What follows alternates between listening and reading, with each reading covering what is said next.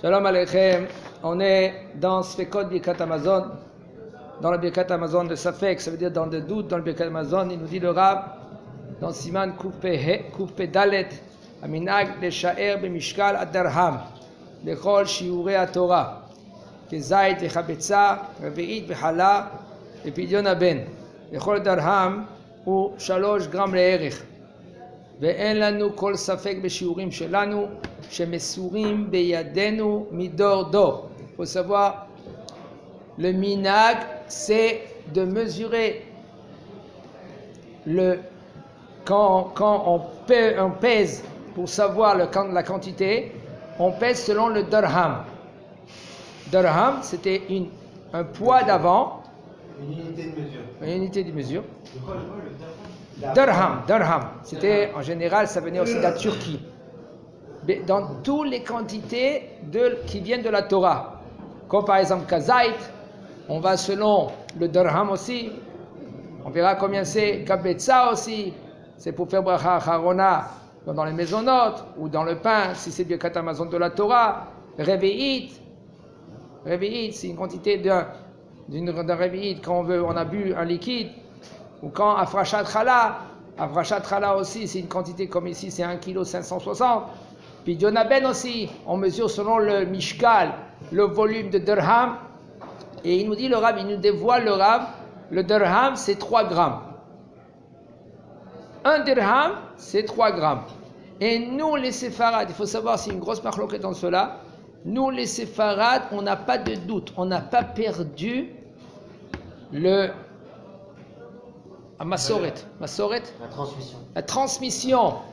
Le Grach Nae, Rabbi Haim Nae, que lui qui nous a dévoilé que le dirham, il faisait. La Masoret, c'est pas la tradition aussi. Le Rabbi Haim Nae. Rabbi Haim Nae, il était à l'époque, il y en a qui veulent dire que c'était l'origine de Chabad, mais sauf lui, il nous a transmis. Et lui, il nous a transmis selon les séfarades. Il a transmis combien c'est le dirham. Le dirham, c'est 3 grammes.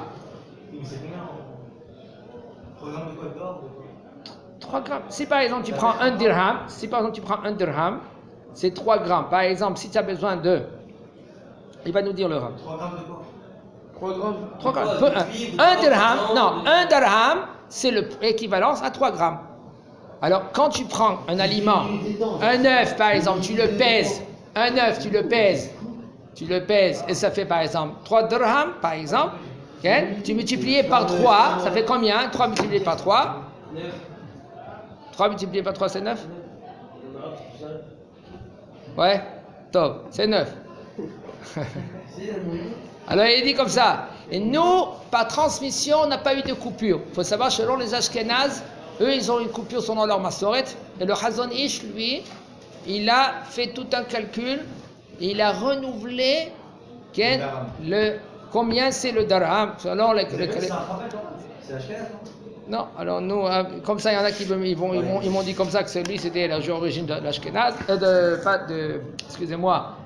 de Chabad, mais lui il nous a transmis, parce qu'avant c'était la Turquie ici en Israël. Qui c'est qui dominait? C'est la Turquie.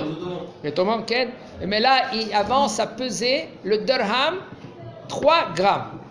Et nous, puisque la transmission, elle était depuis Arsinaï jusqu'à maintenant, on n'a pas eu de coupure, alors c'est presque 100% que c'est la plus juste. Maintenant, le Chazon Ish, lui, il a changé, et c'est pour ça que la quantité, selon le Chazon Ish, il est un peu plus, comme par exemple dans le Lulav, dans le Hadas, le Grach Nae, Rabbi Haim Nae, lui, il dit 24 cm. Que ça c'est le volume de la hauteur du Hadas. Le Chazon Ish lui dit c'est 30 cm, etc. Comme par exemple le Revi'it, pour nous c'est 86 ou 84 millilitres. Maintenant ici il va nous dire le Rav c'est 81 millilitres. Chez le Chazon Ish c'est 150 millilitres. Ça veut dire que quand ils doivent prendre un Revi'it, le Kiddush de Pessah, quand ils sont obligés de prendre 4 verres de Pessah, okay. Quand ils doivent prendre 4 verres de Pessah, alors c'est 150 millilitres. Lui dit le Rav, 15 centilitres. 15 centilitres, 8 centilitres, c'est plus grand. C'est 15. 150 ml, c'est combien? C'est 15 centilitres. 15 centilitres. Ouais. Et 8,6. 86 ml, c'est combien? C'est presque 2,6. C'est plus grand, 150. Voilà, exactement. C'est un gros verre comme ça veut dire que pour Pessah, il doit prendre. C'est 160 quelque chose. Voilà, par exemple. C'est un peu moins qu'un double chez les Ashkénazes. Et ceux-là qui vont selon les Ashkénazes, eh ben, pour Pessah, c'est un peu difficile. Il dit le Rav, chez Mesurim, Beyaden, Omidor, Dor, les Shiurim, les quantités, ils ont été transmis de génération en génération vers Medida et des Betsim. Maintenant, ça va te répondre à ta question. Et la mesure, elle est selon les œufs. Même qu'aujourd'hui, il faut faire très attention. Il y en a qui veulent dire que les œufs d'aujourd'hui, c'est pas comme les œufs d'avant. Mais quand même, nous, comment? Il y en a qui veulent dire que les œufs ils étaient plus gros. Ouais, même que Kazaïd. Mais nous, qu'est-ce qu'on fait? Comment on mesure? On mesure pas selon Kazaïd, l'œuf d'avant, l'œuf d'aujourd'hui. Ou Kabetza, excusez-moi, Kazaïd c'est l'olive d'aujourd'hui, l'olive d'avant. Ou Kabetza, l'œuf d'avant et l'œuf d'aujourd'hui. Et là, on mesure selon combien il était l'œuf, selon le dirham. C'est vrai, on va voir. Il va nous dire le Rav. Et la mesure, elle est selon les œufs. On ne peut pas compter dans la mesure selon les œufs. Et là, on compte selon la médida de dirham. L'œuf lui-même, c'est une unité de mesure. Oui. Par exemple, il y a 4 betsim. Le litre, le centilitre, le millilitre. Exactement. Il faisait Arba betsaim, au Shalosh, non, betsim. Arba betsim, combien le shiur de Hala, on verra. Combien 4 betsim, ou 4 betsim sans klipa, ou Shalosh betsim, im klipa, on verra toutes ces notions-là. Il nous dit le Rav les fichar, c'est pour cela. Il faut manger plein de darab.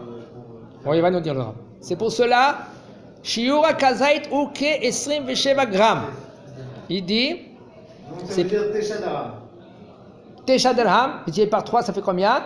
Il a fait 27. Alors il dit comme ça. Il dit, les fichar, le kazaït, c'est 27 grammes. Pourquoi? 9 dirham. 9 dirham, c'est kazaït. C'est transmission. Oui. Le kazaït, il est combien? 27 grammes. Quand tu fais le dirham, que c'est 3 grammes, ça fait 9.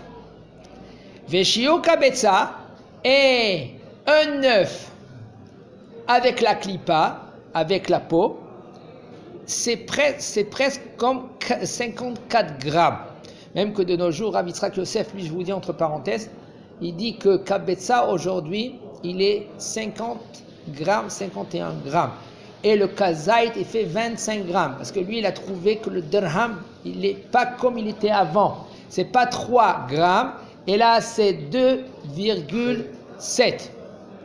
Le dirham, il fait, ils ont trouvé une mesure de dirham qui fait 2,7.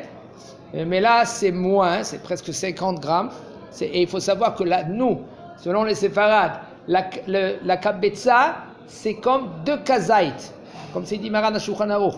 Le kabetza, c'est 2 kazaït. Si le kazaït, c'est 25 grammes, alors kabetza, ça fait combien? 50 grammes. Si maintenant le kazaït, il fait 27 grammes, le kabetza, c'est 54.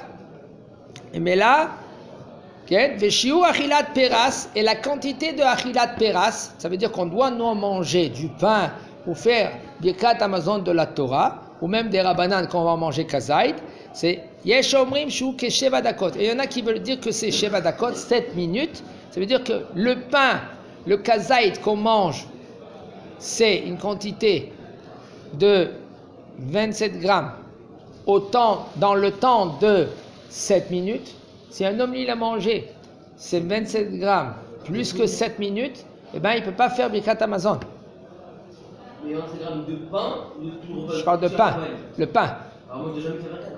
Non, c'est bien sûr que tu as fait, parce que regarde, c'est 27 grammes, c'est pas comme toi tu crois, c'est pas un gros morceau. 27 grammes, tu peux prendre à la maison, un rogalach par exemple, rogalach. On a ici les petits rogalach là, les petits croissants qui sont en Israël. Il y a peut-être 33 grammes, 33 grammes, 34 grammes. Alors maintenant, tu vois comment il est le rogalach. Il est petit comme ça, le rogalach. Déjà, ça fait plus que kazaït. Alors quand tu prends du pain... Hein? Il y a de la masse. Il y a pas de kazaït, il y a 2 kazaït. Des fois. Ouais, mais on a pesé des poids avec le rat, et le chocolat fait 54 grammes. C'est que du chocolat. Non, pas le chocolat. C'est pas, le chocolat qu'il y a là-bas, c'est pas des morceaux de chocolat, c'est rien qu'une crème de chocolat. Alors il n'y a presque pas de poids. On fait moitié. Non, parce que pour faire moitié, il faut manger 216 grammes de mésonote. Mais ici, maintenant, si tu prends un rogalach que c'est sans sucre, c'est rien qu'une quantité, et c'est rien qu'avec la pâte et de l'eau et du sel. Voilà, alors c'est presque rien du tout. Alors maintenant, c'est vite fait, tu es mitraillev de faire Birkat Hamazon. Il dit le Rav, il faut manger le pain dans un temps de 7 minutes, qui est des achilat peras. Ah, mais pizzas sucrées là, qu'on achète. Ouais. C'est quoi? C'est des œufs? Si tu goûtes la pizza que tu parles maintenant, voilà, si tu prends la pâte, selon nous les séfarades, c'est la halakha, elle est comme ça. Tu prends la pâte sans la sauce tomate et sans le fromage. Un morceau de pâte, tu goûtes avant. Si tu vois que c'est sucré, ou c'est le goût du lait, ou c'est le goût des œufs, alors là, tu vas faire boré, miné, mésonote. Mais en général, les pizzas, ils ne sont pas mésonotes pour nous les séfarades. Pour nous, les pizzas, c'est un motzi, en général. Seulement si toi, tu l'as fait à la maison, à base beaucoup de sucre. Okay? Et toi, c'est sûr. C'est pour cela, il faut faire très attention. Quand on y va dans un restaurant manger une pizza, même les gens, ils t'écrivent là-bas, bracha mésonote. Toi, tu dis, excuse-moi, monsieur le vendeur, toi, tu es rien que vendeur, tu n'es pas un moré ora. Tu ne tranches pas là à la fin. Et le sommet, des fois, il est ashkenaz, mais là... C'est badat, c'est bon. Non. C'est sfarad, badat. Il y a Badat Saïda Haredit chez Ashkenaz, Badat Bet Yosef chez Sefarad, et même le Badat Bet Yosef. Regardez la pizza qui est pizza Douda. Il est là-bas dans la ville. Pizza Doudou pizza. Douda, c'est Douda. Non, c'est Douda pizza. Quand vous allez là-bas, c'est Ashgacha Bet Yosef, et il dit là-bas c'est motzi. Ah oui, c'est possible. Pourquoi? Même qu'il met beaucoup de sucre. Hein? Pourquoi ça serait mésonote? Parce que en général, il te dit parce que c'est sucré. Quand maintenant tu sens pas le sucre. On sent que c'est pas de la pâte. Et bien là, ça c'est un motzi. C'est un problème. Alors si tu as un problème, tu donnes à quelqu'un d'autre. Tu donnes à quelqu'un d'autre qui vérifie, qui goûte. Moi, je suis pas rentré dans les marloquettes pour rater le tirage contre Cybercat parce que j'ai un sapé que c'est mésonote. Moi, j'aurais pas ça. Non, alors tu manges 216 grammes. Tu manges 2 tranches. Tu manges 2 tranches de pizza. C'est déjà Birkat Hamazon. Même si c'est mésonote. C'est motif. Si tu manges 2 tranches, oui. Si quoi qu'il arrive, je mange 216 grammes, je vais faire motif. Oui. Avec Michelat. Oui. Bah ouais, c'est bon. Quand tu manges une pizza entière, qu'elle soit mésonote ou motif. Qu'est-ce que tu veux dire une pizza entière? Une ronde là? Une ronde? Pizza Égypte. Pizza Égypte, c'est comme ça, d'accord? Mais Birkat Hamazon. Quoi qu'il arrive, je suis motif, quoi qu'il arrive. Exactement. Bah ouais, c'est. Il dit le Rav et Shiur Revi'it, et le Shiur de Revi'it, c'est 81 grammes. Alors, comme ça, il nous dit le Rav. Il y en a qui veut dire Revi'it, c'est 86. Le Rav, il a tranché que c'est 81 grammes. Na'agu limdod, le minag de peser ou de limdod, c'est de peser ou de mesurer. Shiur kazait define far. Le kazait selon le volume. Et qu'est-ce que c'est le volume selon Kazait? Chez où Keshne Shlishim Shel Betsa Bedonim. De 216 grammes, ça va faire le cas. Si c'est mésonote. Ouais. Voilà, Badat, Ishur, Abanim, c'est un truc très religieux, très bien, non? On verra après les Hashgarot ici en Israël. Vous mangez ça? Il y en a qui mangent cela. Ils sont. Ça c'est de London. Vous mangez vous? On peut manger. C'est il y a. Pour moi, mais genre les gens pour moi, j'en ai rare. Il y en a des rabbinim qui sont sommers sur ça, il y en a des rabbinim qui sont pas sommers sur ça. Ça s'appelle. Si un rab met tampon que c'est cachère, c'est cachère. Celui qui prend la verre, c'est une mange. L'halakha, elle n'est pas C'est un rat, Top. il met comme ça caché. Alors le Rabbi nous dit, Na'agu, on a le minag de mesurer selon le nefar. Nefar, c'est quoi? C'est le volume. Et quel est le volume? Le volume, c'est 2 shlishim shel betza. 2 shlishim, c'est 2 tiers d'œuf.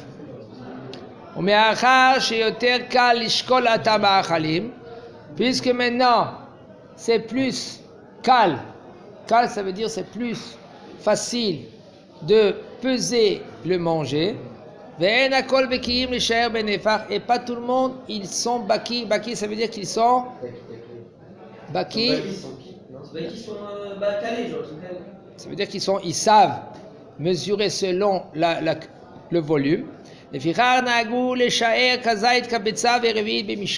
C'est pour cela on pèse le kazait. Si c'est 27 grammes, alors ça s'appelle kazait, mais là on fait bracha harona. Et si c'est kabetza pour Birkat Amazon, et revi'it aussi avec une balance. Shemin amishkal neda berechet shiur nefah, que selon le mishkal, le volume, on va savoir, selon le poids, on va savoir le volume. Si le poids, il fait 27 grammes, alors ça veut dire que même le volume, en général, le volume, il est aussi kazait, que c'est 27 grammes. Arav Magid, Beshem Ageonim, et le Mishpatet Tzedek, Garmizan, Bet David, Zivret Tzedek, tout cela, Petach Hadvir, Bechazon Ovadia, et tout cela, il veut dire que quand même, de nos jours, on mesure selon le poids, parce qu'on n'est pas compétent assez pour savoir le volume. Dans des endroits, en général c'est des aliments, qu'il y a une différence entre le volume et le poids. Des fois le volume il est moins que le poids. Il faut faire très attention et être mahmir. Comme on a dit hier, au niveau de halakha de Torah, comme matzah. Matzah, le volume, il y a des matzot que le volume il est moins que vraiment la quantité qu'il faut pour se rendre quitte de la Torah. C'est pour cela, quand c'est au niveau de halakha de Torah, comme par exemple les matzot, alors là, ou par exemple le vin aussi, ils sont ismichou izal divrei Torah, alors on prend le volume, et on prend le mishkal et pas le volume. On pèse combien c'est kazait, combien c'est kabetza, et pas selon le volume. Yesh li zev el achmir. Kmo be'achila, comme par exemple Yom Kippourim. Yom Kippourim, un homme que Barmenan il est malade, c'est un malade, il est obligé de manger Yom Kippourim. Il fait très attention de ne pas manger une quantité de kachotevet. Kachotevet c'est moins que kabetza, parce que s'il va manger kachotevet, eh bien, il est hayav karet. Alors, ça dépend, il y a plein de cas différents, ça dépend chaque cas. Et il y a des mecs, on leur oblige à manger un repas, et des mecs, on leur dit qu'il faut manger un petit bout de gâteau, mais on leur dit qu'il faut qu'un café, ça dépend. On parle de non. Qu'est-ce que si tu j'ai pas fini la halakha, si tu aurais écouté jusqu'à la fin la halakha, j'aurais fait ces détails-là. La halakha est dit comme ça. La halakha est dit comme ça que on évite de manger kippour, même quelqu'un qui est malade, de pas manger plus que le shiur, la quantité, pour pas qu'il ait hayav de la Torah karet. Alors maintenant, un homme que lui qui est malade, pikuach nefesh, ça veut dire qu'on doit transgresser le Shabbat pour lui. D'ailleurs qu'on va pas faire les mesurer avant Pessah, mais un homme que lui qui est malade, par exemple, il doit manger pour prendre des antibiotiques. Le docteur il a dit il est obligé de prendre ces antibiotiques pendant Kippour aussi. Alors il faut qu'il mange d'une quantité moins que 4 kotevet pour pas être hayav de la Torah de karet. C'est pour cela il faut prendre soin avant Kippour, C'est quelle la meilleure de manger un homme qui mange Kippour, c'est quoi le un homme qui mange Kippour, une quantité de kakotevet. Kakotevet, c'est moins que kabetza. Kabetza, c'est 56 grammes, 54 grammes. Un peu moins que cela, eh bien, il est hayav de la Torah karet. Hayav karet de la Torah. Alors maintenant, qu'un homme qui est malade, avazelo, cholesh yesh bo sakana, qu'il doit manger parce que, par exemple, il doit prendre des médicaments comme des antibiotiques. T'as un peu mal à la tête, par exemple. Hein? T'as un peu mal à la tête. Mal à la tête, on ne transose pas pour rime, pour mal de la tête. Qui pour, excusez-moi. Qui pour. Et là, T'as mal au ventre, à la tête, c'est maintenant, ça dépend. Tout cela, c'est à gérer. Mais là, le rab, on parle maintenant rien de quantité. Est-ce que si ça me dérange d'aller la brume, je peux pas prier. Je peux me brosser les dents. Oui, tu pourris comme ça. Parce qu'il y a que civil, il y a déjà un qui pourrit. Qui pour. Ouais. Ouais. Ça me dérange une tonne. Moi, chaque année, je me brosse les dents un petit peu. L'année dernière, à l'écheval, je me suis brossé les dents, je ne pouvais plus. Ils m'ont chopé, ils m'ont défoncé là. Je sais pas comment. La halakha a dit assour de toucher l'eau qui pour. Assour de toucher l'eau. Ça touche pas, non. Ça, des ta'aniot. Les jeunes qu'on a, on a 4 jeunes.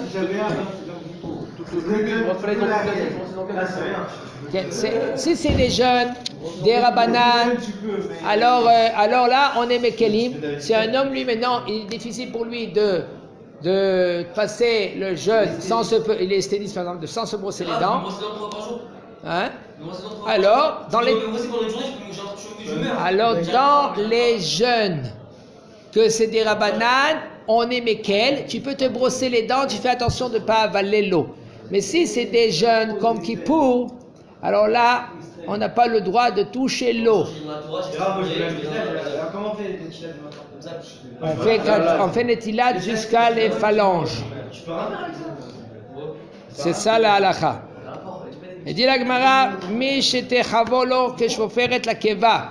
Un homme que lui, on a enfoncé. Si c'est même de l'eau, oui. C'est-à-dire si je me mouille bien les mains, je fais comme ça. Non. On parle de boire de l'eau, pas de se laver. De se laver, c'est des rabbanan.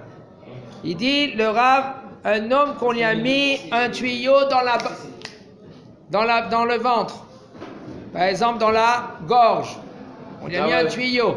Et on lui donne à manger par ce tuyau. Ça veut dire que lui, qu'il n'a pas profité. Ou nizon misham. Et lui, il mange de ce tuyau. Ou par exemple, lui, il mange avec des ustensiles.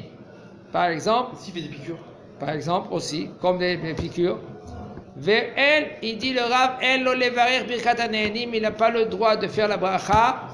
Shakol niavit varo, boré pri ha'etz, boré pri ha'adama, il n'a pas le droit. Lo birkat rashona ve lo bracha achona. Ni la première bracha et ni la dernière bracha. C'est quoi le rapport avec la bracha et de profiter? Parce que quand est-ce que tu fais la bracha? Quand tu profites. Mais quand tu profites pas, tu fais pas la bracha. Comme par exemple, un homme que lui qui boit, pas parce qu'il a soif. Il boit parce que, il est obligé de boire parce que le docteur lui a dit. Là, il n'a pas le droit de faire la bracha quand il va boire de l'eau. C'est écrit là dans la halakha, achoté litzmao. Quand il boit parce qu'il a soif. Mais s'il boit et il n'a pas soif, parce que par exemple, lui c'est un sportif, et lui il est obligé de boire 2 litres de l'eau tous les jours, et bien si maintenant il n'a pas soif, il boit pour boire, là il n'a pas le droit de faire la bracha rishona, parce qu'il n'a pas tenu profit. Misha achal kazait pat veiki, masha achal, un homme que lui qu'il a mangé un kazait pat, combien c'est un kazait pat par Siano? Combien c'est kazait pat? Kazait pat, du pain 27 grammes. 27 grammes. Un homme que lui qu'il a mangé 27 grammes de pain et il a vomi, qu'est-ce qu'il a mangé? Amen. Et non, mais varer birkat Amazon. Il n'a pas le droit de faire birkat Amazon. Venachon chez mais et c'est juste. Et c'est juste que de penser le birkat Amazon dans son cœur, Chazak ou Baruch. Ah, j'ai une question. À Kippour, les petits, ils ne doivent pas jeûner? Et pas avoir mitzvah? De la Torah, c'est rien que des rabbana, c'est rien que jusqu'à l'âge de 13 ans et un jour. Moins que cela, on est melamed auto. On lui enseigne 1 an avant 13 ans et un jour. Et sinon, il n'a pas le droit de jeûner Même pas jusqu'à midi, genre, jusqu'à midi. rien du tout. Chez nous, on fait comme ça. Jusqu'à midi. Mazal J'ai Tov. un message que Ah, tu vous veux. continuez